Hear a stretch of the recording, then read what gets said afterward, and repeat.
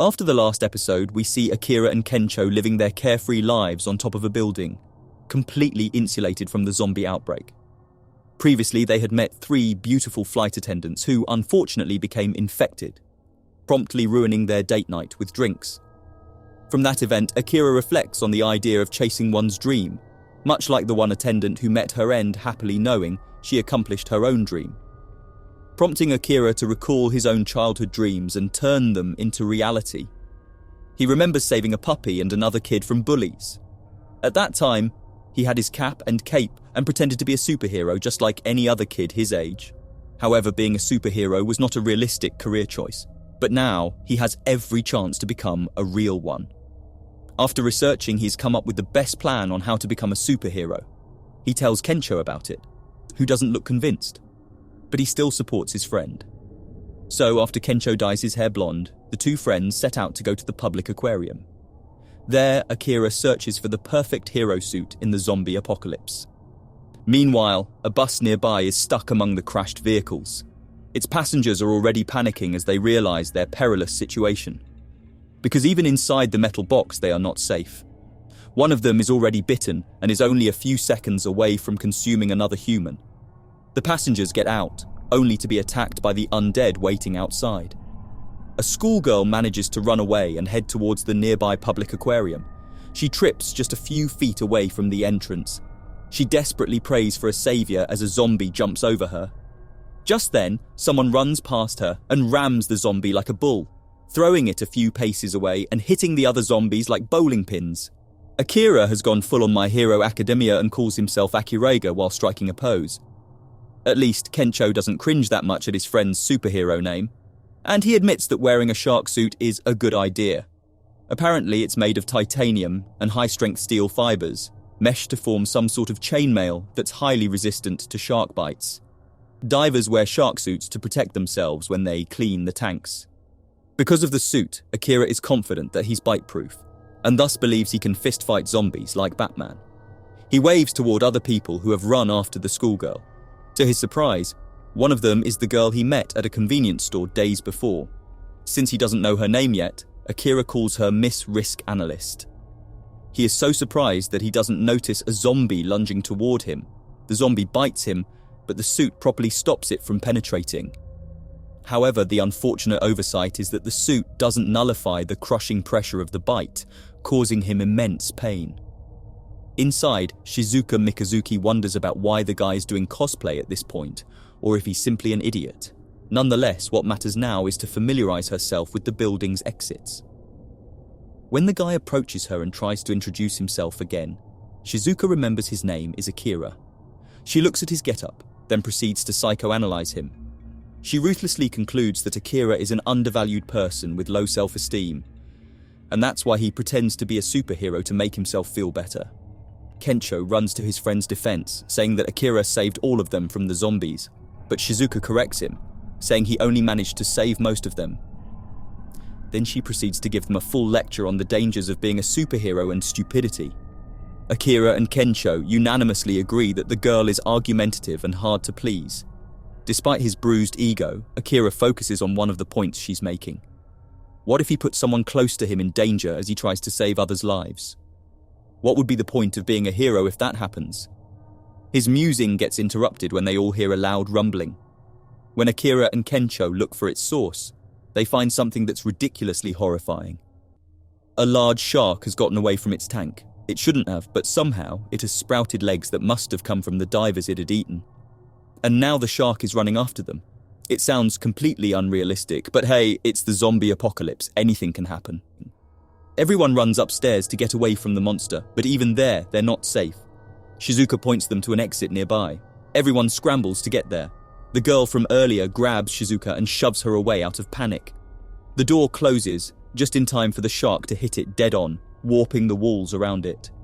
It's Akira who notices first that Miss Risk Analyst isn't there with them.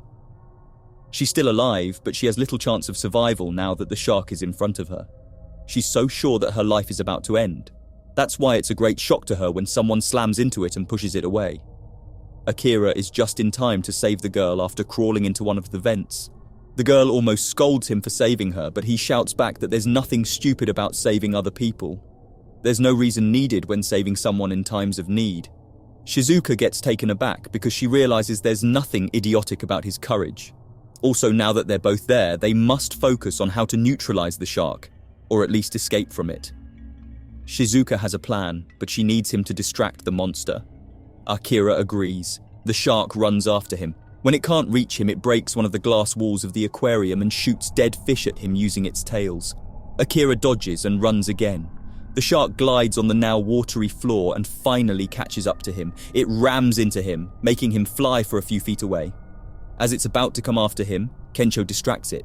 He's now naked and hanging from the vent. He taunts the shark by offering his bum. This distraction succeeds as the shark goes after him and leaves Akira. Just in time, Shizuka returns and tosses 2 discharged batteries to Akira. The shark has sensitive nerve endings on its snout that can detect even the smallest amount of electrical charge. If Akira manages to have the batteries make contact with the shark's snout, it should take it out. It's not a foolproof plan, and there are a lot of ways it can go wrong, but the only way to find out is by doing it. So Akira calls the shark's attention again. This time he faces it head-on as it charges towards him. Then, using his fist that holds the 2 batteries, he punches the shark. The creature feels tens of millions of volts traveling throughout its body. Finally, it passes out. Akira and Kencho celebrate their victory while Shizuka smiles at them with relief. Later on, they leave the place. The trio separate ways as Shizuka prefers to be independent. In addition, she tries to reprimand Akira again for trying to save everyone.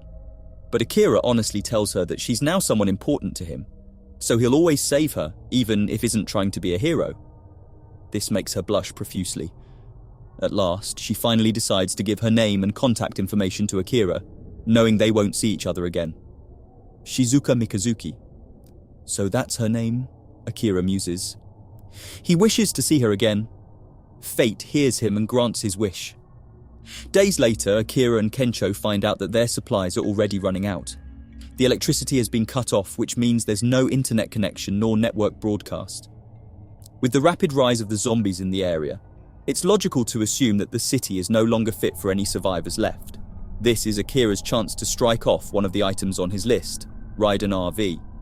Camping with an RV can be an amazing experience, especially now that they can clearly see the Tokyo night sky that's usually dimmed by the city lights.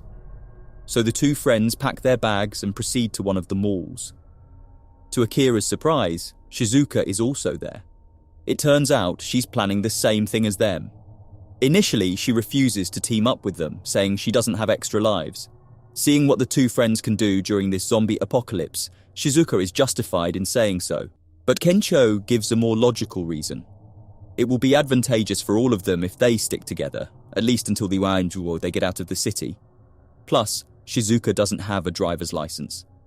In the end, she reluctantly teams up with them. They gasp upon entering the mall. It's a miracle that it hasn't been ravaged by the undead. Akira and Kencho immediately get excited at the different types and models of RV. Meanwhile, Shizuka scoffs at them for being shallow, and instead focuses on the practical considerations for choosing. But even she can't help but feel awe at an RV with sophisticated interiors. However, the trio doesn't have much time as the zombies finally enter the premises. They all jump into the nearest one and drive out of there. As they traverse the highway, they notice that it's empty and eerily quiet. Kencho is now riding the motorcycle, so only Akira and Shizuka are talking with each other. She says people might not have had the time to run away since the virus had spread so rapidly without warning. Akira gets interested to know that Shizuka thinks it's a virus that caused all of these. She says there's no other explanation. But if that's the case, then it means there are some people out there who are, surely, trying to find a cure for the virus. That's something to hold on to in times of hopelessness. As the sun sets, Kencho shouts at them that they're near the exit towards Gunma where they're headed. Akira suggests they spend the night at a truck stop before continuing so they can replenish their supplies. None of them notice the spike strip that's been laid out on the road. Kencho gets seriously injured after getting tossed from his motorcycle. The RV's tires get flat, and Akira and Shizuka are in shock but fine. Akira gets out of the van and rushes to his friend when more vans start to surround them. Mean-looking men look down at them from the roofs of the vans, and leading them is none other than Chief Kosugi. Akira tries to greet his former boss, but somehow something gets stuck in his throat, making him stutter and speechless. His body shakes badly too as the memories of working in the office come back to him. Kosugi pretends to be amiable to Akira, but soon he shows his true intention. He has taken over the nearest truck stop and secured supplies and medicine. He offers them food, treatment for Kensho, and replacement tires. In exchange, Akira has to work for him for 2 days. Shizuka sees all of it and understands Kosugi's modus. He lays out traps for those who try to get away from the city. Then he demands, manipulates, and guilt trips them into working for him. Kosugi doesn't deny it, but he says he's only doing it to protect his so-called precious friends. Akira is too terrified to refuse, so he agrees to the terms.